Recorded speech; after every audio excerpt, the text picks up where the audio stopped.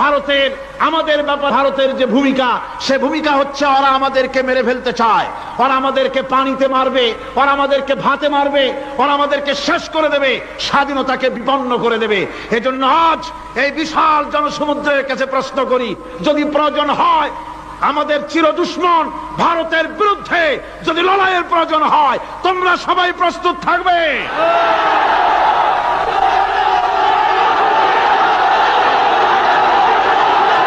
আমি আজ আপনাদের খেদমতে আরজ করতে চাই, পৃথিবীর নির্যাতিত মুসলমানদের পাশে আমরা আমাদের জীবন নিয়ে পাহারা দেব।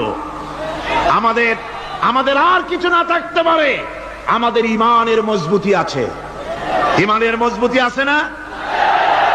আপনারা মনে রাখবেন, ভারত তার অপসংস্কৃতি আমাদের মধ্যে ঢুকাচ্ছে। বাংলাদেশের মধ্যে মঙ্গল প্রদীপ দিয়ে অনুষ্ঠান শুরু হয়ে গিয়েছে, মঙ্গল প্রদীপ দিয়ে অনুষ্ঠান শুরু করা হচ্ছে। তারপরে নববর্ষ উদযাপনের জন্য হিন্দুয়ানি কায়দায় উদযাপন করা হচ্ছে। সাব গেমস শুরু করা হলো, কোরআনে কারীম তেলাওয়াত করা হলো না। সেখানে বর এবং বধূ বানানো হয়েছে, তাতে টোপর পরায়া হিন্দুয়ানি কায়দায় করানো হয়েছে। বাংলাদেশের কলেজ ইউনিভার্সিটির সামনে মূর্তি বসানো হতেছে।